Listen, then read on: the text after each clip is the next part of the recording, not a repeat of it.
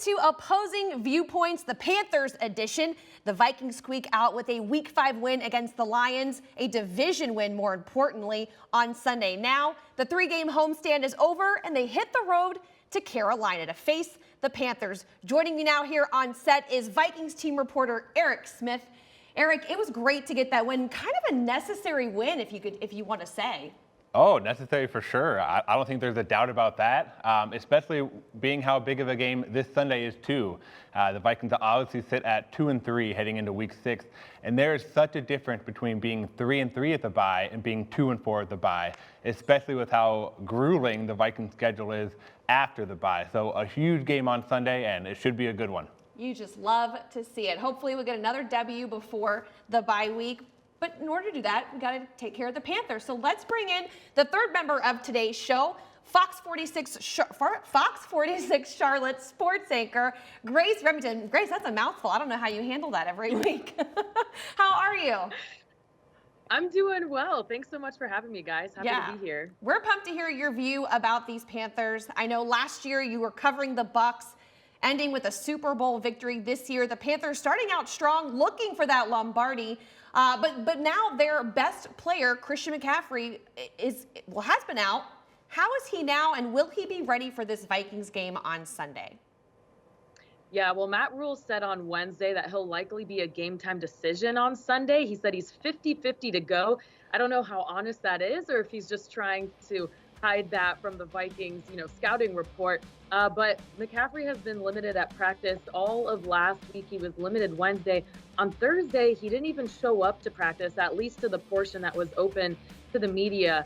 So kind of, questions surrounding there. And we know with hamstring injuries, those are always so hard to get over. They're just kind of always lingering in the background. So that's not something you want to push, especially with the type of workload CMC gets. The first 2 games of the season, he had 59 touches combined. So it's been, if he does come back this weekend, you'll see him splitting touches with Chuba Hubbard, who has done a good job. He had a 100-yard rushing game against the Eagles Sunday, and he added 33 yards receiving on 5 catches. So definitely a capable back. He can't do as much in pass protection that a veteran can do. And he also can't open the playbook as much as CMC because defenses plan their games around CMC. Chuba just doesn't have that threat yet, especially in the passing game. But for now, he's getting the job done. I think it's probably great that a similar story here in Minnesota as we look at Dalvin Cook. He did not play last week against Detroit. He was limited the week before against the Browns and then didn't play in Week 3 against Seattle. So a very similar storyline here in Minnesota in terms of the health of the star running back. Dalvin is not battling a hamstring injury. Obviously, he's dealing with an ankle issue that he says he feels like it's getting on the right track. He said again Wednesday he's attacking his rehab and would like to play. It's just a matter of being effective and being able to go out and help his team. We'll have to see if Dalvin plays or not on Sunday. And with obviously the bye looming, if he doesn't play, maybe it's just one extra game to give him some rest. And then obviously have Alexander Mattison carry the load yet again. Yeah, you really hate to see it because I think as a football fan, you're looking at the schedule at Week 6 with this matchup of Dalvin Cook versus Christian McCaffrey and kind of getting really excited to see those two guys go at it. But Carolina started out hot this season, Grace, 3 straight wins, but they're on a 2-game slide right now. What has happened to the Panthers team these last 2 weeks? Well, the talk of the town right now, and it's not good talk, is the offensive line woes. And at the beginning of the season, during training camp, Matt Rule tried to make a joke. He compared the offensive line to a highway nearby called I-85. He said this line's always under construction. Now, I know you guys are watching from Minnesota, so if you don't know I-85, that's a road you want to avoid. It's ugly. It gives me anxiety driving down it. And so now I think he's kind of manifested that with this offensive line. They do have some injuries, and normally when you hear that the left side of the line is coming back, as they did this week, left tackle Cam Irving returned to practice, left guard Pat Elflein returned to practice. He's designated to come off the injured reserve. So when you hear the left side of the line is returning, that's normally a good thing, right? Yeah, no, not in this case, because the week 1 line still isn't good, but Sam Darnold is excited to have those two guys back. They had to do a bit of shuffling, moving right tackle Taylor Moton, who just received the franchise tag.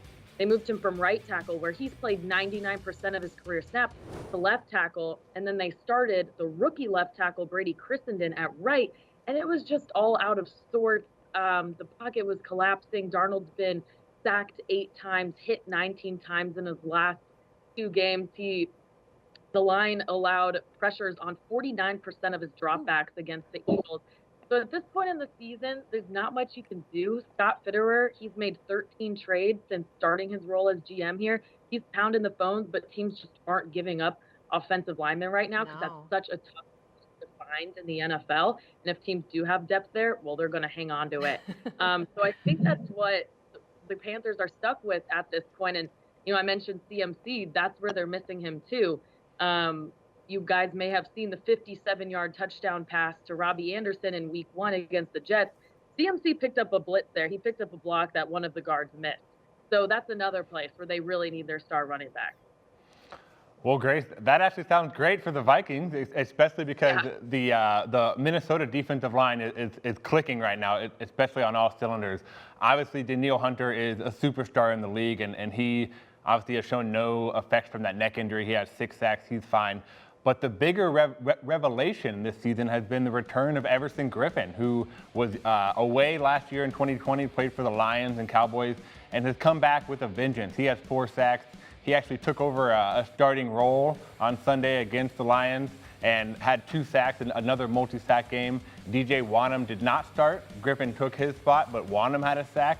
So that Vikings defensive front is really clicking right now. And if when the Panthers are kind of struggling, that's when the Vikings want to kind of pin their ears back and get ready to go. And I know they talked this week about getting pressure on Sam Darnold, making some bad throws from him, and trying to get a couple turnovers too. Yeah, I guess you're telling me to keep my eye on the trenches, which I always do, of course. But in this game, my eye's also on the second half. It hasn't been a very smooth ride for either team in the second half. Grace, what are some of the Panthers' third quarter issues? Yeah, when I was looking at the Vikings, I didn't realize their teams are kind of in a similar situation here. But the third quarter has just been a disaster for the Panthers all season long. The only really good one they had was against the Texans. That was the only time this season they've scored a touchdown in the third quarter. The Cowboys lost in week 4. They were outscored 20-0. They were outgained 173 to 73 yards. In the third quarter of last week's game against the Eagles, Carolina went away from what was working for them, which was running the football. In 11 plays in the third quarter, they only ran the ball 3 times, and then 2 big runs from Chuba Hubbard were called back due to holding penalties. Sam Darnold also had an interception. They had 3 punts. So what you're seeing is the Panthers are not making the necessary adjustments, but their opponents are. Last week, Philly cornerback Steven Nelson said he noticed Robbie Anderson on the comeback route. So he was able to sit on that route, jump the ball, and make an interception. That's the second week in a row now. We've heard the cornerback say he recognizes which play is coming. Even defensive coordinator Phil Snow said after that Cowboys game that the Cowboys showed them stuff they weren't prepared for. So they're just getting out-coached in the third quarter. Yeah, Grace, it's funny you say that because it sounds so familiar. I feel like Coach Zimmer said the same exact thing this week, Eric. He did, yeah. And the obviously the talk of the town with the Vikings offense is the second half. Minnesota's offense has not scored a touchdown in the last 4 games in the second half, and they're actually being outscored in that time span by the defense. If you remember back in week 2, Nick Vigil had a pick 6 against Arizona. That's the only touchdown the Vikings have scored in the last 4 games in the final 2 quarters. And that's got to change, especially with a good Carolina team on tap. And obviously after the bye, the schedule gets tough. So the second half offense has been the big talker all week. And Mike Zimmer, Clint Kubiak, Kirk Cousins, they've all addressed it and said, maybe we need to kind of script the second half like we do the first half of a game and have some plays in mind and have a plan so that we can be more effective and find the end zone. Yeah, I know I'll be at the edge of my seat when that third quarter starts in this one for sure. Well, it is Thursday, Grace, and a little bit of a tradition that we're building here on Opposing Viewpoints is we like to give out that's a hot take Thursday. So what is your hot take for this Vikings-Panthers matchup? Yeah, I'm going to say Panthers cornerback A.J. Boye gets his first interception of the season. I really like how he's been playing lately. He blew up a block on a bubble play against the Eagles, making a third down stop earlier in the game. He also had a pass breakup on third down against Zach Ertz, the tight end. You love to see that. Phil Snow really wanted some physicality at that nickel spot, and he's getting it. Boye's only played 2 games. You can tell he's really hungry. He's a nice veteran presence, so I think he shows up in a big way this weekend. All right, Eric, your turn to go. Let's hear your purple and gold hot take. Okay. For the first time this season, the Vikings will not allow 100 yards rushing on the ground. Ooh. They are one of 5 teams that have allowed 100 yards every game this season. Whether McCaffrey plays or not, it doesn't matter if he's in or not. I think the Vikings will find a way to keep Carolina under 100 yards rushing. Eric, I like it. I think you're dabbling your foot from the lukewarm into a little bit of a hotter take this Pretty week. hot. Yeah, I know. At least in these neck of the woods it is, right? Well, we have one final question to get to, Grace, and it's an easy one. The Panthers win if? Yeah, if the O-line protects Sam Darnold. That's the secret to every game, right, is protect the quarterback. But it's so bad at this point that you see other position groups now suffering, like I alluded to earlier. The interception that was targeted to Robbie Anderson, you guys may have seen he had an emotional outburst on the sidelines after that. It kind of went viral, and he was saying it's because he wanted to make a double move because he noticed the cornerback sitting on the route. He was yelling at the coaches saying, like, why didn't we do this? So, but you can't make those longer developing routes if the O-line isn't giving the quarterback time to pass for those routes. So see, it's all kind of connected here. So if Darnold has time, things will work out. All right, Eric, your turn. Vikings win if? All right, the Vikings will win if they win the turnover battle. I know that's probably cliche, but in a game like this where both teams, as we've talked about, are kind of middling around the same spot, the Vikings trying to get to 500, Carolina right around 500, whatever team turns the ball over less is going to win the game.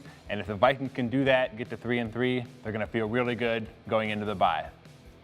Well, it all goes down Sunday at noon in this big Vikings-Panthers matchup. Thank you so much to Fox 46 Sports' Grace Remington for joining Opposing Viewpoints this week. Stick with Vikings Entertainment, Vikings.com, and the app for all of the content leading up to Sunday's big game.